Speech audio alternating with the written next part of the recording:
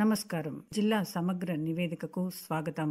ఈ కార్యక్రమం ద్వారా ఆయా జిల్లాల్లో అభివృద్ధి కార్యక్రమాలు, సంఘటనలు, ఇతర అంశాల గురించి తెలుసుకుంటున్నాం కదా. ప్రస్తుతం హన్మకొండ జిల్లా నుంచి పి. శ్రీనివాస్ గారు అందుబాటులో ఉన్నారు. ఆయన్ని అడిగి మరిన్ని వివరాలు తెలుసుకుందాం.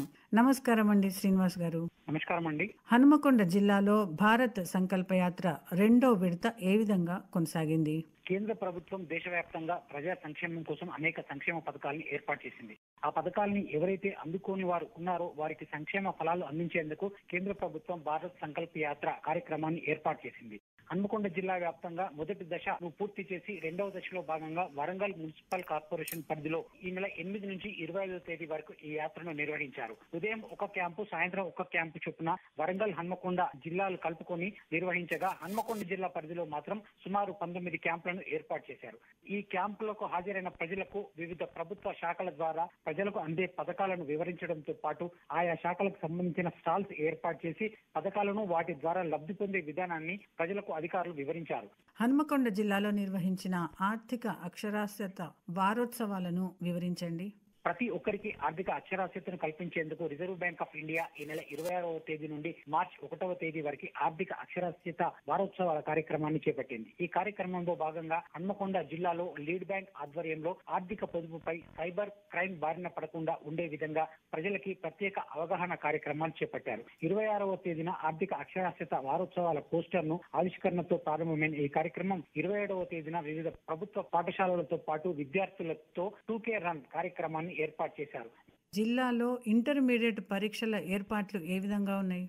హన్మకొండ జిల్లాలో ఇంటర్మీడియట్ పరీక్షలు ప్రారంభమయ్యాయి. మార్చి 14 వరకు జనరల్ పరీక్షలు జరగగా మార్చి 16వ తేదీ వరకు ఈ పరీక్షలు జరగనున్నాయి. పరీక్షలకు ఎలాంటి ఇబ్బందులు లేకుండా విద్యార్థులు పరీక్ష రాసే విధంగా అధికారులు అన్ని ఏర్పాటు చేశారు. మొత్తం 53 పరీక్షా కేంద్రాలు ఏర్పాటు చేయగా ప్రథమ సంవత్సరం 19,528 మంది, ద్వితీయ సంవత్సరం 19,309 మంది విద్యార్థులు ఇంటర్ పరీక్షకి హాజరు కానున్నారు. పరీక్షా కేంద్రాల సమీపంలో 144 సెక్షన్ అమలు చేస్తున్నారు. పరీక్షా కేంద్రాలు దర్దాపుల్లో ఉన్న జిరాక్స్ కేంద్రాలను మూసివేయాలని అధికారులు షాప్ యజమానులను పరీక్షల సందర్భంగా ఆదేశాలు జారీ చేశారు. రానున్న వేసవిలో హనుమకొండ నగరంలో తాగునీటి కొరత ఏర్పడకుండా అధికారులు ఎలాంటి చర్యలు తీసుకుంటున్నారు? వేసవి కాలంలో మున్సిపల్ కార్పొరేషన్ పరిధిలో తాగునీటి కొరత లేకుండా చేసేందుకు అధికారులు తగు చర్యలు తీసుకుంటున్నారు. దీనిపై సమ్మర్ యాక్షన్ ప్లాన్ పై కలెక్టర్ సిక్తా పట్నాయక్ అధికారులతో కలిసి స్థానిక శాసనసభ్యుడు నాయని రాజేందర్ రెడ్డి సమన్వయంతో సమావేశాలు ఏర్పాటు చేస్తున్నారు. ఈ సమావేశంలో పశ్చిమ ఎమ్మెల్యే నాయని రాజేందర్ రెడ్డి మాట్లాడుతూ నగరంలో తాగునీటి పైప్ లైన్ల లీకేజీ సమస్య ఎక్కువగా ఉందని, వాటి మరమ్మత్తు పనులను వెంటనే చేపట్టాలని అధికారులను ఆదేశించారు. ధర్మసాగర్, ఒడ్డపల్లి, కేయూ ఫిల్టర్ బెడ్ల నుండి తాగునీటి సరఫరా బాగుండే విధంగా చర్యలు చేపట్టాలని, ఆ ఫిల్టర్ బెడ్ల అధికారులకు సిబ్బందిని అప్రమత్తం చేయాలని అధికారులకు స్థానిక ఎమ్మెల్యే సూచించారు. తాగునీటి సమస్య రాకుండా ప్రతిరోజు ఈ అంశంపై అధికారులు సమీక్షించాలని అధికారులను ఆదేశించారు. అదేవిధంగా నయం నగర్ నాలా అభివృద్ధి పనులు జరిగేటప్పుడు ట్రాఫిక్ ఇబ్బందులు లేకుండా ట్రాఫిక్ పోలీసులు చర్యలు చేపట్టాలని అన్నారు. వేసవిలో ఎక్కడ కూడా తాగునీటి ఇబ్బంది లేకుండా తగు చర్యలు తీసుకోవాలని ఈ సందర్భంగా శాసనసభ్యుడు నాయని రాజేందర్ రెడ్డి అధికారులను ఆదేశించారు. విశ్వకర్మ పథకం అమలు కోసం హన్మకొండ జిల్లాలో అధికారులు ఎలాంటి చర్యలు తీసుకుంటున్నారు?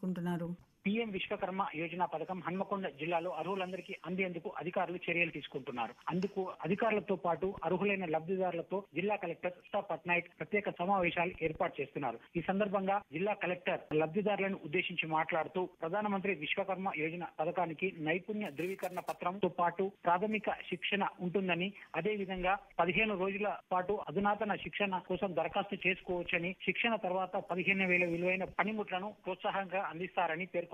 బ్యాంకు ద్వారా మొదటి విడతగా ₹1,00,000, రెండో విడతగా ₹2,00,000 రుణం అందించబడుతుందని తెలిపారు. స్వయం ఉపాధి వృత్తిలో చేతి పనిముట్లను ఉపయోగించే 18 చేతి వృత్తుల చేసే వారికి ఈ పథకం ద్వారా ఎంతో ప్రయోజనం కలుగుతుందని, ఈ అవకాశాన్ని సద్వినియోగం చేసుకుని ఆర్థిక అభివృద్ధి చెందేందుకు తోడ్పాటు చేసుకోవాలని జిల్లా కలెక్టర్ సిక్తా పట్నాయక్ లబ్ధిదారులను కోరారు. అర్హులైన చేతి వృత్తులు హస్తకళాకారులు సమీపంలోని కామన్ సర్వీస్ సెంటర్ లో దరఖాస్తు చేయాలని సూచించారు.